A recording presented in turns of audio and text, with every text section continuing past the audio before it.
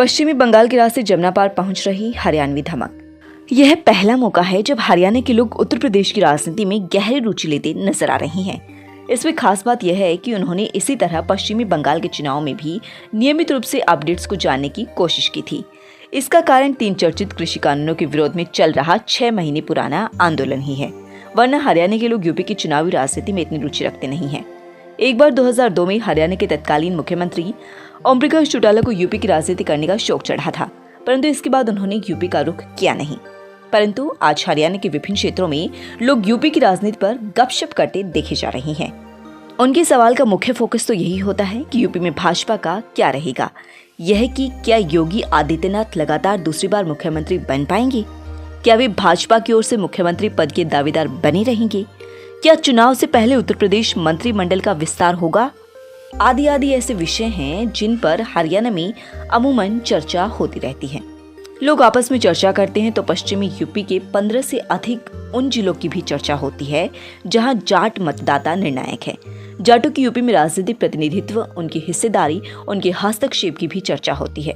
जाट इस जानकारी के बाद थोड़े दुखी भी हो जाते हैं कि 403 सदस्यों की उत्तर प्रदेश विधानसभा में जाटों का प्रतिनिधित्व, उनकी जनसंख्या को देखते हुए जिले में बगरा से विधायक रहे पंकज मलिक की चर्चा भी हो ही जाती है, क्योंकि 2012 में उत्तर प्रदेश विधानसभा में भी अकेले जाट विधायक हुआ करते थे। वह कांग्रेस की टिकट पर जीते थे।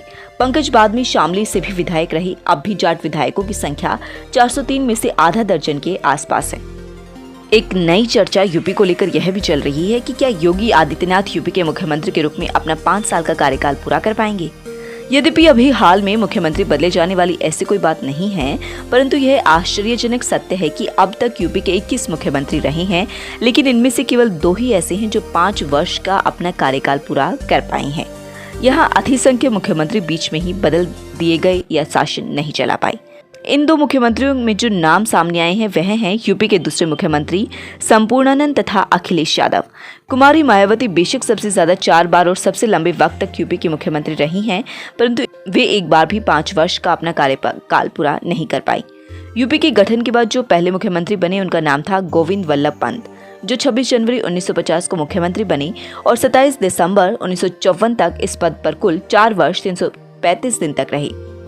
उनके बाद संपूर्णानंद मुख्यमंत्री बने। वह वाराणसी शहर दक्षिण के विधायक थे। संपूर्णानंद 28 दिसंबर 1954 से 6 दिसंबर 1960 तक 5 वर्ष 334 दिन मुख्यमंत्री बने रहे। इसके बाद चंद्रभानु गुप्ता, फिर सुचेता कृपलानी, फिर दूसरी बार चंद्रभानु गुप्ता और फिर 1967 में चौधरी चरण सिंह, फिर तीसरी बार चंद्रभानु गुप्ता और फिर 1970 में चौधरी चरण सिंह दोबारा, फिर छठी विधानसभा में त्रिभुवन नारायण सिंह, फिर कमलापति त्रिपाठी, फिर हेमवती नंदन, बहुगुणा श्री नारायण दत्त तिवारी, फिर राम नरेश यादव मुख्यमंत्री बने। उसके बाद बनारसी दास, फिर विश्वनाथ प्रताप सिंह, फिर श्रीपति मिश्र, फिर दूसरी बार नारायण दत्त तिवारी, फिर वीर बहादुर सिंह, फिर तीसरी बार नारायण दत्त तिवारी, फिर कल्याण सिंह, फिर 1993 में मुलायम सिंह यादव और फिर पहली बार 3 जून 1995 को कुमारी मायावती, फिर दूसरी बार कल्याण सिंह, उनके बाद श्री राजनाथ सिंह, फिर दूसरी बार मायावती, फिर तीसरी बार मुलायम सिंह यादव, फिर 2007 में कुमारी मायावती चौथी बार मुख्यमंत्री बनी। उसके बाद यूपी में 20वें मुख्यमंत्री के रूप में अखिलेश यादव आए। उस समय वे विधान परिषद के सदस्य थे। उन्होंने 15 मार्च 2012 को मुख्यमंत्री के रूप में शपथ ली और वे 19 मार्च 2017 तक 5 वर्ष 4 दिन मुख्यमंत्री रहे। यह उत्तर प्रदेश की 16वीं विधानसभा थी।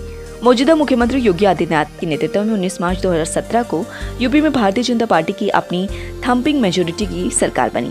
अब जहां तक योगी आदित्यनाथ के कार्यकाल का सवाल है वह 19 मार्च 2022 को पूरा होगा। अभी उन्हें हटाए जाने की या बदले जाने की कोई संभावना नहीं है, परंतु राजनीति में एक कहावत हमेशा बनी रहती है कि लगता तो नहीं पर हो भी सकता है। आपने देखा है यूपी में कई ऐसे नेता रहे हैं जो एक से अधिक बार मुख्यमंत्री रहे। इनमें नारायण दत्त तिवारी, चौधरी चरण सिंह, मुलायम सिंह यादव, कुमारी मायावती, चंद्रभानु गुप्ता, कल्याण सिंह के नाम शामिल हैं।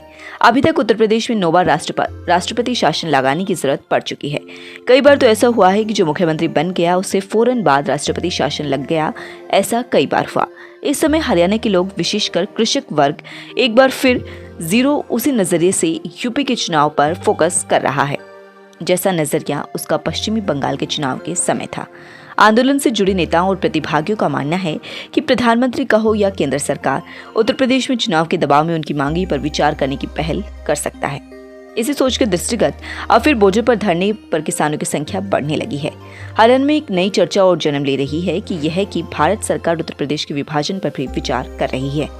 ऐसे में चर्चा का विषय यह भी है कि पश्चिमी यूपी के कुछ जिले हरियाणा में और कुछ उत्तराखंड में मिलाए जा सकते हैं, जबकि हरियाणा की राष्ट्रीय राजधानी क्षेत्र के कुछ जिले दिल्ली में मिलाकर दिल्ली को पूर्ण राज्य का दर्जा देने की मांग को सिरे चढ़ाने पर विचार हो सकता है।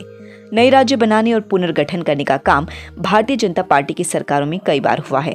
ऐसे में इस तरह की संभावना से इनकार नहीं किया जा सकता। अब देखते हैं किसान आंदोलन का क्या होगा, यूपी में चुनाव के बाद क्या होगा। जो भी होगा, परंतु हरियाणा के लोग चर्चाएं इसी तरह से करते रहेंगे, मतलब उनकी चर्चा न्यूए चालेगी। चंडीगढ़ से दक्ष दर्पण देश कल तक के लिए संपादक धर्मपाल वर्मा की रिपोर्ट।